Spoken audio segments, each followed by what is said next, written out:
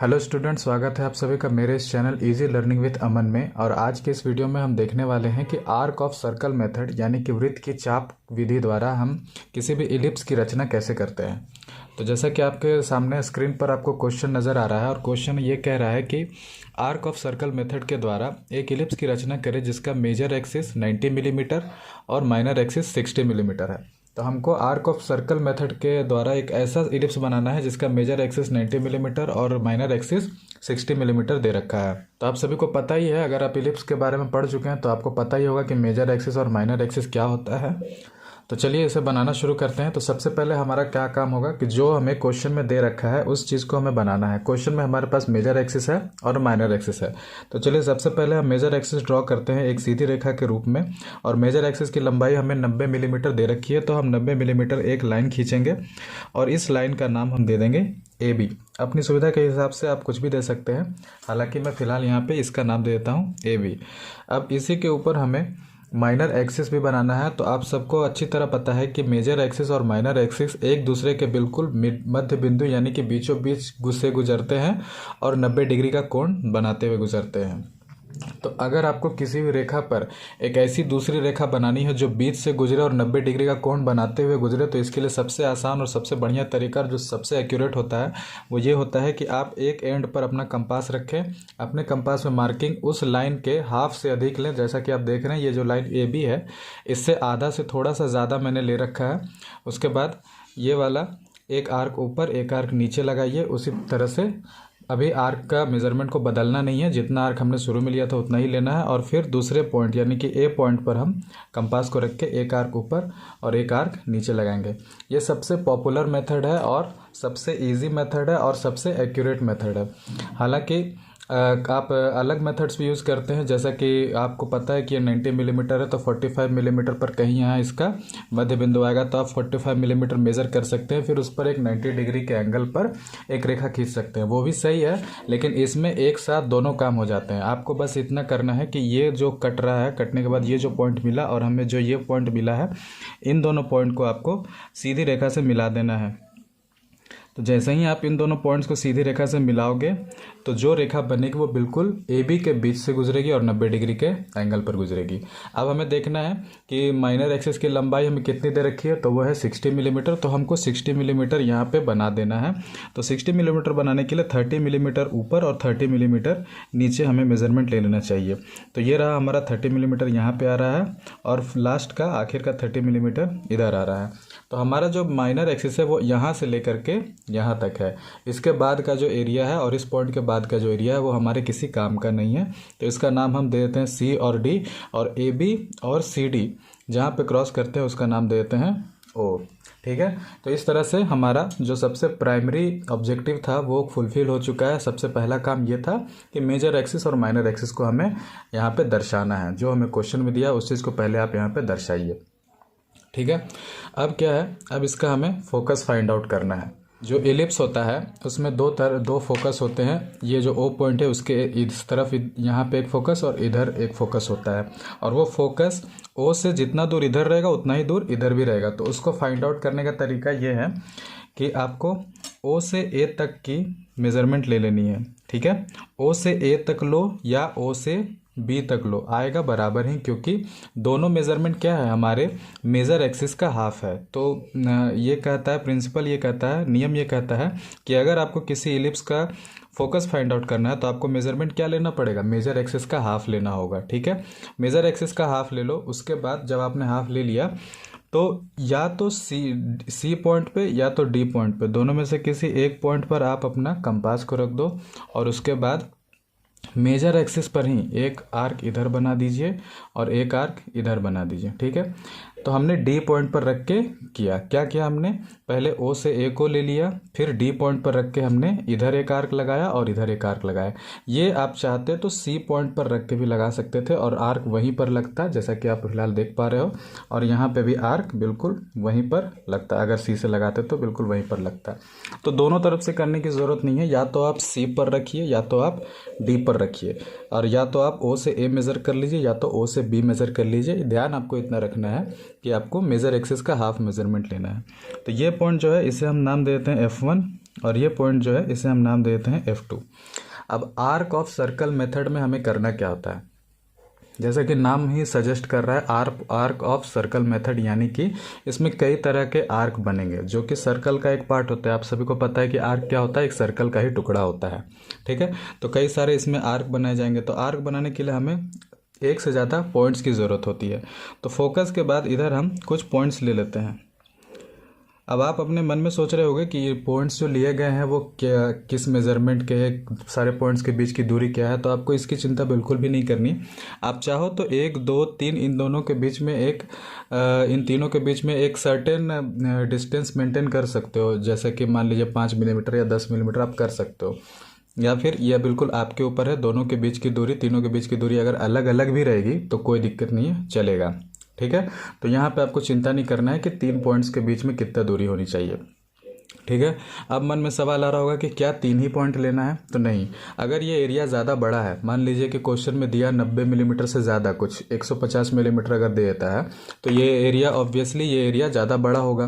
तो अगर ये एरिया ज़्यादा बड़ा होगा तो वहाँ पे आपको ज़रूरत के हिसाब से 4 5 6 पॉइंट्स लेने पड़ सकते हैं। तो उसमें कोई बड़ी बात नहीं है, आप ले लीजिए और चिंता बिल्कुल भी नहीं करनी है कि किसके बीच में कितनी दूरी आएगी, ठीक है। इसके बाद आपको ध्यान रखना है कुछ बातों का। यहाँ पर मैं वो बातें लिख देता हूँ। A1 A2 A3, अगर 3 से ज़्यादा पॉइंट्स होते तो A4 A5। ये है पार्ट 1 आपका, ठीक है, पार्ट 1। और इसके बाद कुछ पॉइंट्स का ध्यान रखना है, B1 B2 B3, ठीक है। कंफ्यूज नहीं होना है, मैं इसको अभी समझाने वाला हूँ कि ये कैसे आपका काम करेगा। ये है आपका पार्ट 2। तो चलिए सबसे पहले पार्ट 1 में चलते हैं। तो A1 पार्ट 1 में देख रहे हैं A1 का मतलब क्या है कि A से 1 के बीच की दूरी को आपको मेज़र करना है, ठीक है। A से 1 की दूरी को मेज़र कर लिया। इसके बाद F पर रख के एक आर्क ऊपर और एक आर्क नीचे, जितना A से 1 रहेगा उतना ही मेज़रमेंट रहेगा F से ये आर्क का, समझ गए।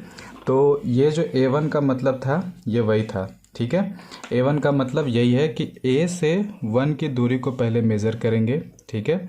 उसके बाद F पर रख के इधर एक आर्क लगाएंगे और एक आर्क इधर लगाएंगे, ठीक है। सिमिलरली F2 पर रख के उसी मेज़रमेंट को F2 पर रख के एक आर्क ऊपर लगा देंगे और एक आर्क नीचे लगा देंगे, ठीक है। तो इस तरह से बनेगा। तो जो काम आपको इधर करना है वही काम आपको इधर भी करते जाना है, क्लियर है। इसके बाद अब सेकंड स्टेप पे आते हैं A2। तो अब तक आपको समझ में आ गया होगा कि क्या करना है। A से 2 का मेज़रमेंट लेना है हमें, सिर्फ याद रहे हम A का यूज़ सिर्फ मेज़रमेंट लेने के लिए करते हैं, ठीक है। A का यूज़ सिर्फ मेज़रमेंट लेने के लिए करते हैं। तो A से 2 का मेज़रमेंट ले लिए, और जब हमें कहीं पे आर्क लगाना होता है तो हम फोकस पे रख के लगाते हैं। जैसे कि यहाँ पे इस फोकस पे रख के लगा रहे हैं ऊपर, और फिर यहाँ पे नीचे हमने लगा दिया। इसी तरह से इस फोकस पे रख के अब हम लगाएंगे आर्क, और एक आर्क ऊपर और एक आर्क नीचे, ठीक है। तीसरा क्या स्टेप है, A3। तो A से 3 का मेज़रमेंट लेंगे और फोकस पे रख के एक आर्क इधर और एक आर्क इधर लगा देंगे। कंपास को बदलना नहीं है क्योंकि दूसरा फोकस पे भी रखना है, और एक आर्क इधर और एक आर्क इधर लगा देंगे। तो ये हमारा पार्ट 1 कंप्लीट हो गया। अब पार्ट 2 में क्या करना है, B1 B2 B3। तो B1 करने का मतलब क्या है कि B से 1 का मेज़रमेंट लेंगे, ठीक है। B से 1 का मेज़रमेंट लेंगे। इसके बाद इतना मेज़रमेंट हो गया। अब आइए F1 पर। जब हम F1 पे रख के एक आर्क बनाते हैं तो इसको यहाँ पे काटता है और यहाँ पे काटता है। इसका मतलब कि इस फोकस पे रख के जो हमने सबसे पहला आर्क बनाया था उसको यहाँ पे काट रहा है, ठीक है। तो B1 का पार्ट कंप्लीट हो गया। अभी नहीं कंप्लीट हुआ है, ये हो गया। फिर अब हम दूसरे फोकस पे रखेंगे। पहले हम क्या किए, B1 को मेज़रमेंट ले लिए, B1 का मेज़रमेंट ले लिए।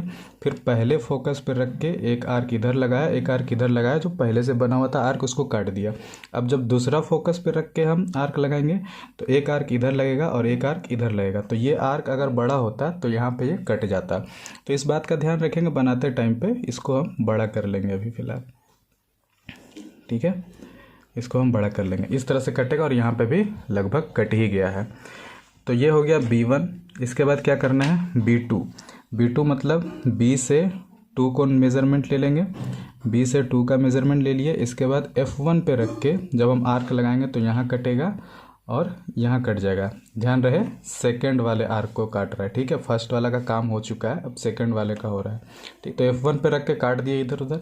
अब जब F2 पे रखेंगे तो इधर एक काटेगा और इधर काटेगा। फिर से ये आर्क थोड़ा छोटा बन गया तो इसको फिर से बड़ा कर लेंगे। तो ये B2 भी कंप्लीट। इसके बाद अब आते हैं B3 पे, तो B से 3। तो इस तरह से कटने पर हमें कई सारे मल्टीपल पॉइंट्स मिलते हैं। तो आप ध्यान से देखिए पॉइंट्स कौन कौन से, ये 3 पॉइंट इधर, ठीक है। इसको मतलब कंसिडर कीजिएगा, ये शुरू में जो हमने बनाया था वो चीज़ है, इस पर ध्यान ना दें, ठीक है। फिर अगला पॉइंट ये और उसके बाद यहाँ पे 3 पॉइंट और इधर 3 पॉइंट। इन सारे पॉइंट्स को अगर आप फ्रेंच कर्व से मिलाओगे तो आपको एलिप्स दिखाई देगा, ठीक है। तो आप जैसा चाहो वैसा कर सकते हो, आप फ्रेंच कर्व से मिला सकते हो या फिर फ्री हैंड भी मिला सकते हो। मैं बस फ्री हैंड मिलाने वाला हूँ। फ्री हैंड जब हम मिलाएंगे तो कौन कौन से पॉइंट को मिलाना है, ठीक है। तो ऑब्वियसली हम ए से शुरुआत करेंगे क्योंकि ए से बी तक हमारा मेजर एक्सिस है। और जब ये तीनों पॉइंट को काटते हुए जाएगा तो ये सी पर जाएगा, ठीक है। सी के ना ऊपर जाना चाहिए ना नीचे आना चाहिए, क्योंकि सी से डी ही हमारा रेंज है एलिप्स का। और सी से डी तक की दूरी को हम क्या कहते हैं, माइनर एक्सिस कहते हैं। क्लियर है। तो इसको मिलाना शुरू करते हैं।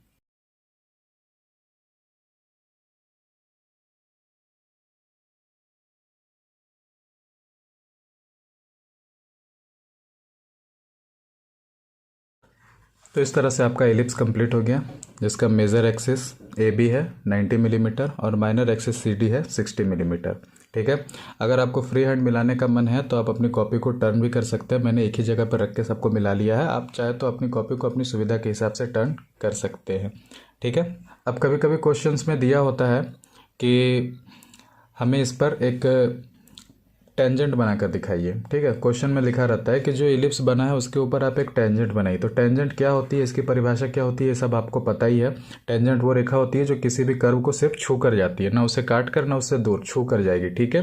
तो हमें वो ऐसा एक टेंजेंट बनाना है। तो क्वेश्चन में कहीं पे ये नहीं मेंशन रहेगा कि आपको किस पॉइंट पर बनाना है, वो आपको खुद लेना होगा, ठीक है। तो मान लीजिए कि हम इस पॉइंट पर हम टेंजेंट बनाना चाहते हैं, ठीक है। तो इस पॉइंट का नाम देते हैं P।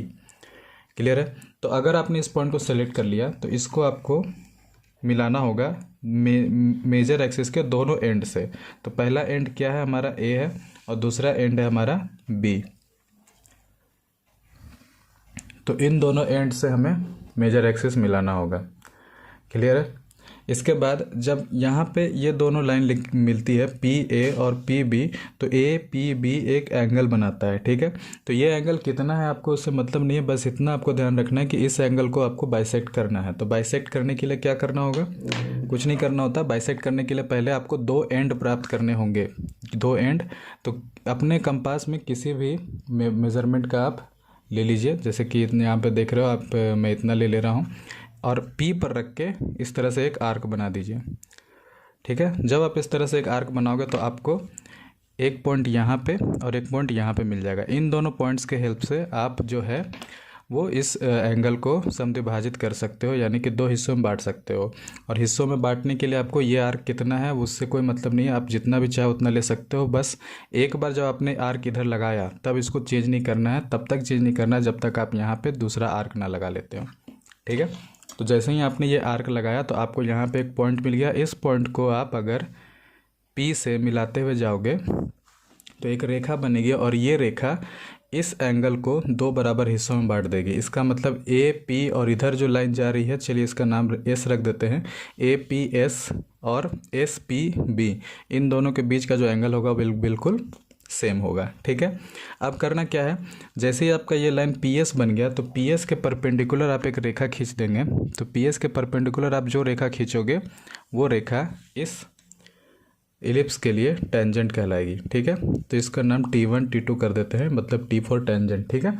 तो T1 T2 ये हमारा टेंजेंट हो गया। तो इसी प्रकार से किसी भी इलिप्स के ऊपर आप टेंजेंट बना सकते हो। इलिप्स के ऊपर अगर टेंजेंट बनाना हो तो सिर्फ एक पॉइंट सेलेक्ट कर लीजिए, जिस पॉइंट पे आपको टेंजेंट बनाना है उसको आप दोनों एंड से मिला दो, फिर उसको बाइसेक्ट कर दो। जो बाइसेक्ट करने के बाद जो रेखा निकली उसको उसके परपेंडिकुलर एक लाइन खींच दो, वही लाइन आपका टेंजेंट कहलाएगा।